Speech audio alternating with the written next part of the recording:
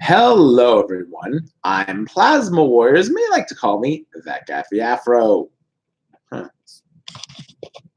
Like I said, one guy in his bedroom with a webcam.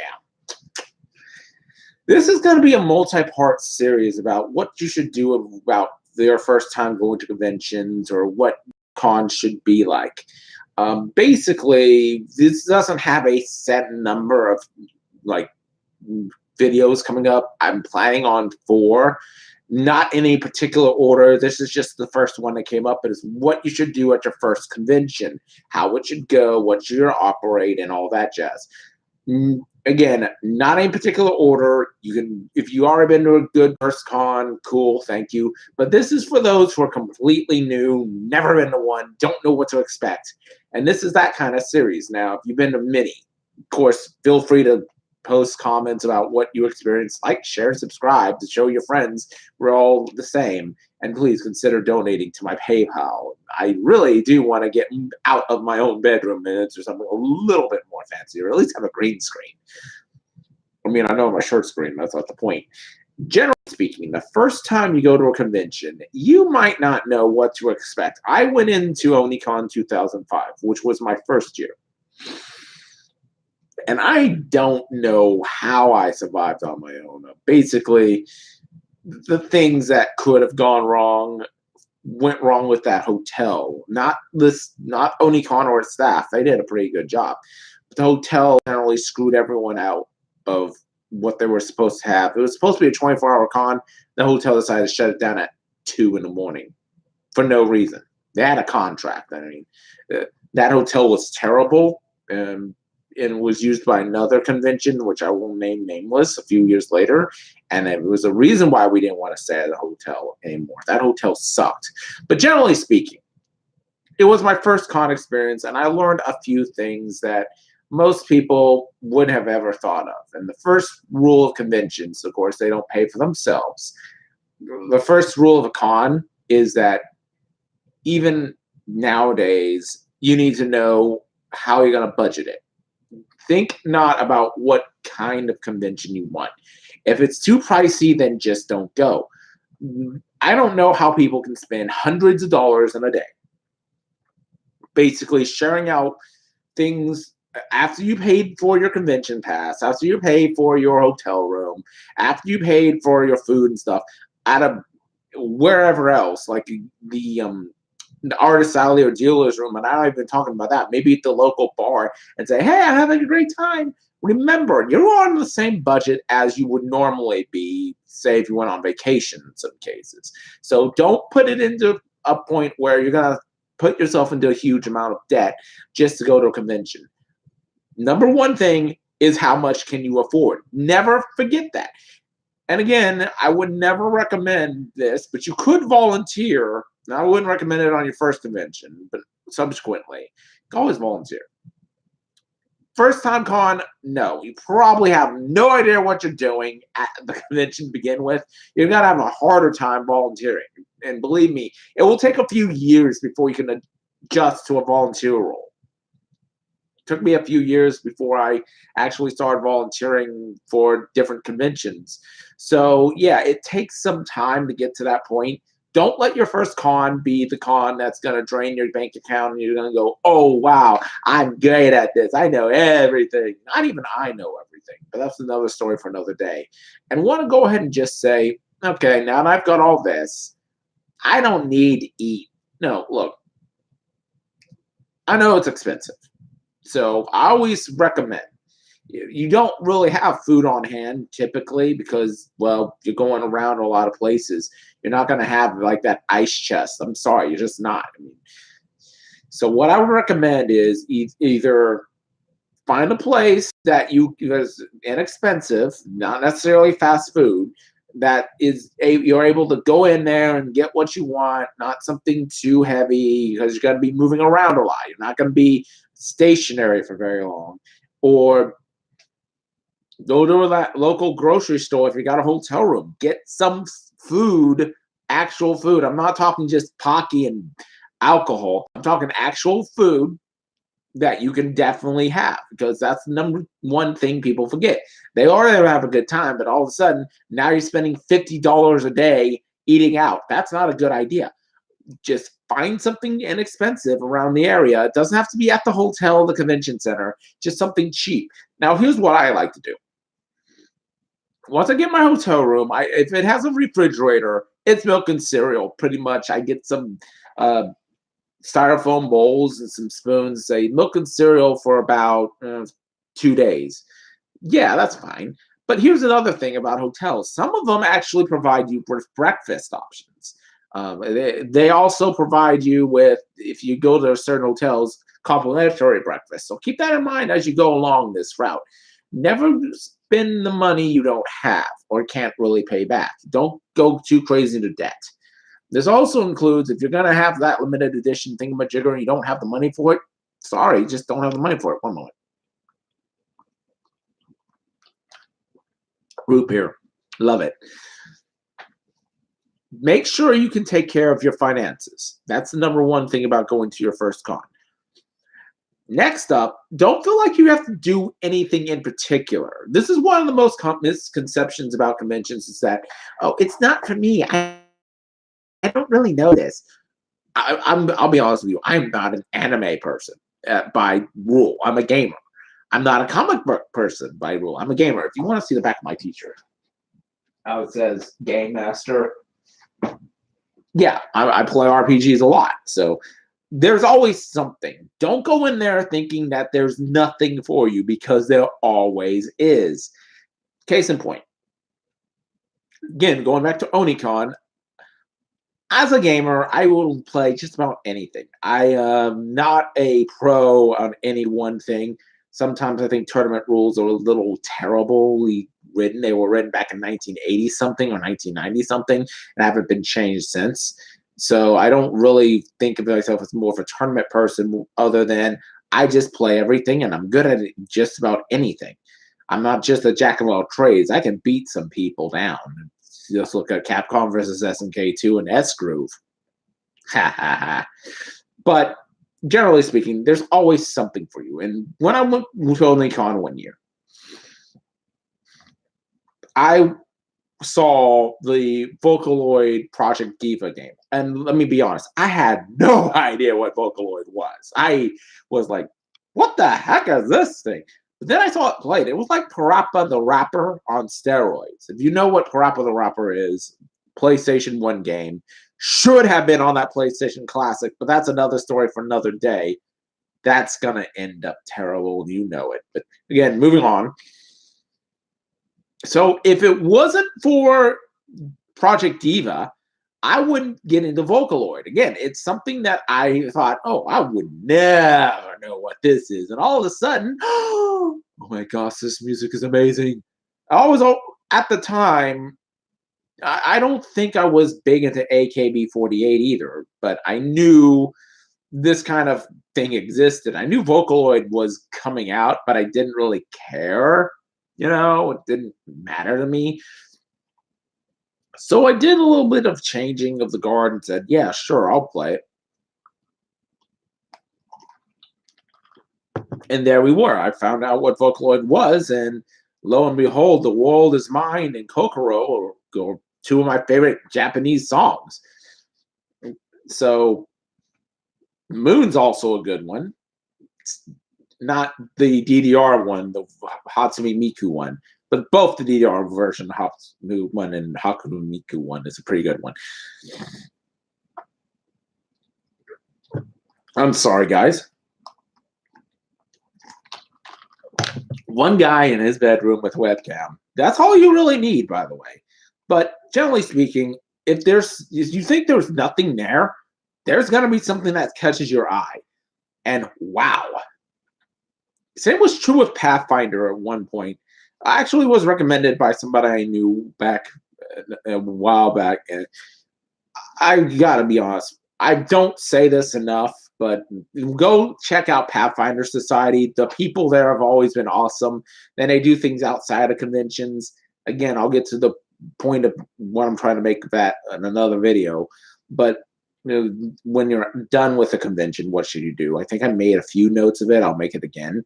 But I played Pathfinder, and it was an RPG. And if you play Dungeons and Dragons, congratulations, Pathfinder is D&D 3.5.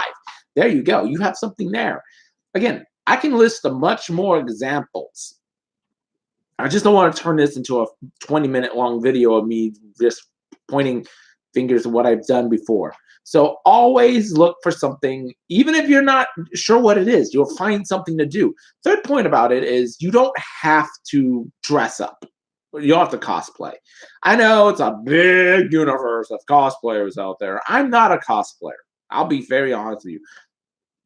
I could be. I mean, I'm not going to lie. I have an idea for Oni-con, which is coming up 2 weekends from now. Actually, gets to that point again later. But you don't have to be this super dressed up character. You don't have to be like Superman or Sailor Moon to really go out and have a good time.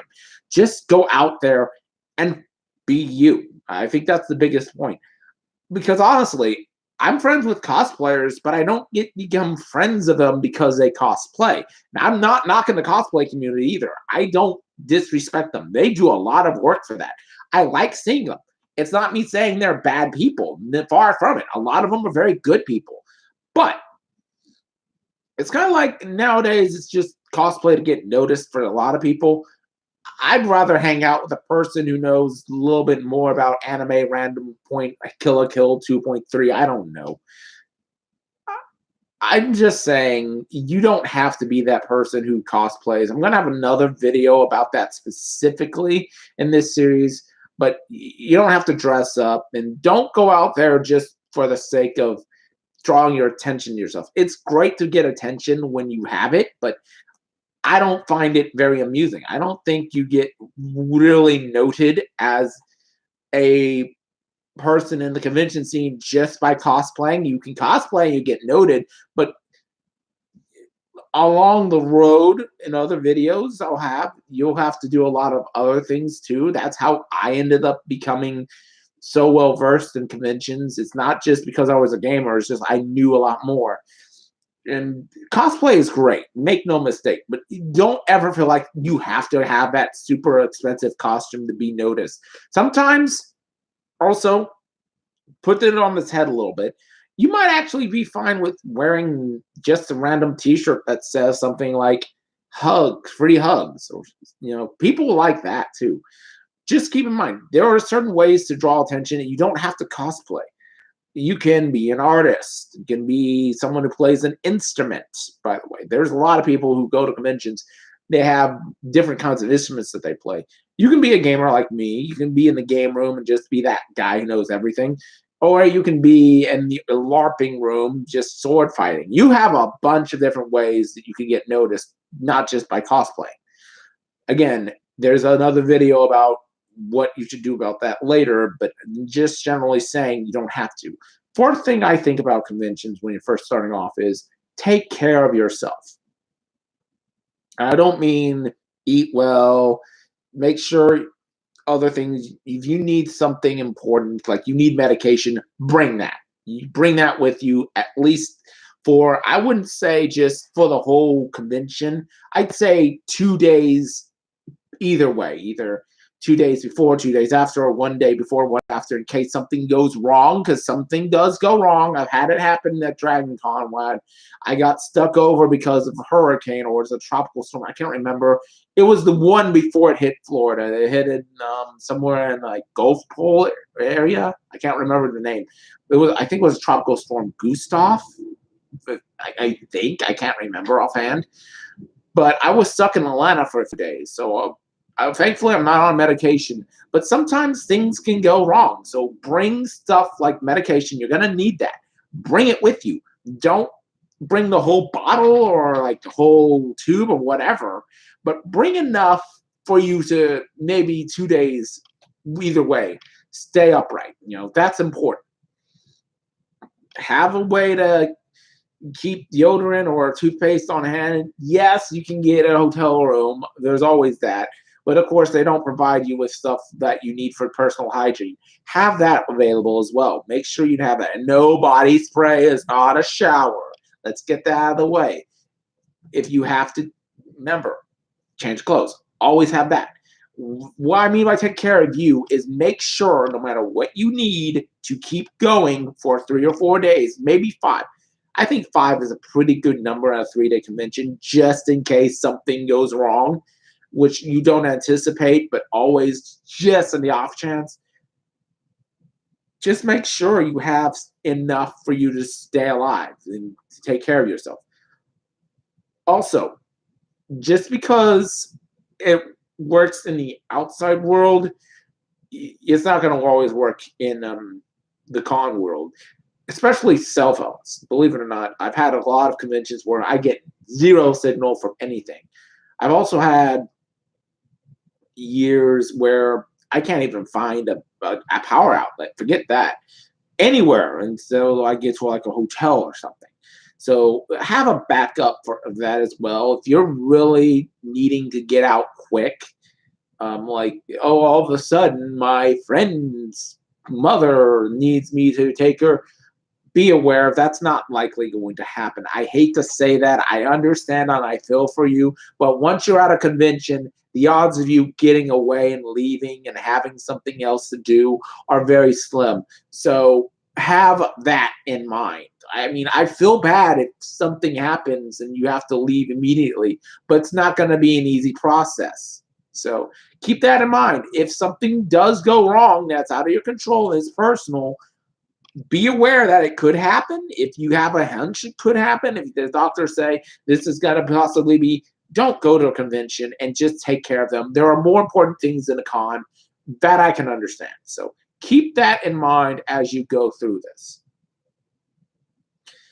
And finally, the last thing I want to say about when you first go to a convention is that you don't have to have any expectations of what you're supposed to do. I mean, it's different from what you don't just come in there expecting or wanting to do that one thing. You're not expected to do anything but follow the rules. You mean you're not expected to cosplay. Like I keep saying, you don't have to cosplay. But I think the other thing is you're not expected to like that one thing or that one series or that one genre of whatever comic book you had seen before. If you don't know Batman, that's fine. I mean, that's perfectly reasonable. People go in there just not knowing anything. I went to my first anime convention completely new almost. The only anime I really got into was Sailor Moon. I eventually got to an anime convention through a Sailor Moon website. That's how I learned about conventions. That's how I ran through everything. That's how I studied a little bit before I started. I didn't want to go until, yeah, you know what? This sounds like it's pretty neat. So lo and behold, the shock was I finally found out what Naruto was. And again, I'll be honest, I'm a dub fanatic. I don't like subtitled anime. And that's fine. You don't have to like a certain version of anything. I was amazed of the people who knew, hey, this is a series you probably should get into. I'm not a Naruto fan, but I can understand things like I would totally dig Angelic Layer. I totally like anything almost that comes through from what was it? Who did Gonzo? That's the company. It's Anime Corporation. They did Vandred and Kaleido Star. That was it. I was reminded by that. They do a lot of different types of anime. So I really like how they do different things. And again, a lot of different places, a lot of different stories, a lot of different things you can do. Don't need to be that expert. I was nowhere in Pathfinder when I first started out. I still have questions to this day. I have no idea how to put an arcane caster together realistically. I really don't. I mean, seriously, I have no clue. But again, people are willing to help you out, and they're willing to show you the things that you should at least know the basics. You don't have to know anything going to a convention. You don't have to go with somebody who knows it all or even knows half of what their specialty is. Just go. So, all that said, my final piece of advice, this is just something that I would say, is that anytime you go to a convention, it's about experiencing something, whether it be a game or hanging out with people you never would have met normally, or just saying, hey, I want to check out that little series. It's something experience worthy. It's not just about parties and cosplay. I never really found those things to be for me, but I know they're for other people and I respect that. Go for experience. Don't go just because you want to have fun. You will have fun. Oh, everyone has fun at a convention. Otherwise, I would not be doing it 12, 13 years later.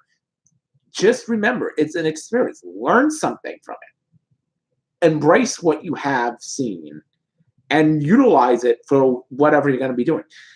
Speaking of what I'm going to be doing, like I said before, and I should get paid for this advertisement, I will be at Oni-con Friday, November 9th through Sunday, November 11th, 2018. And yes, a little bit of a note. I tried to make this announcement before. Unfortunately, it does not look like my planned idea is going to take place this year. A few things happened. Mainly, I got something and it doesn't work on said TV that I'm utilizing. I might have to get it TV looked at, and hopefully eventually I'll fix that problem for next year.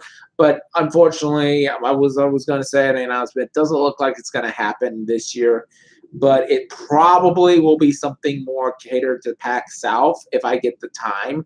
I'll be pretty busy. Either I'll be working as a volunteer at PAX South or Pathfinder Society member. I'll be doing something over at PAX South. I don't know what yet, so that's still up in the air. I'll probably know more by the end of November.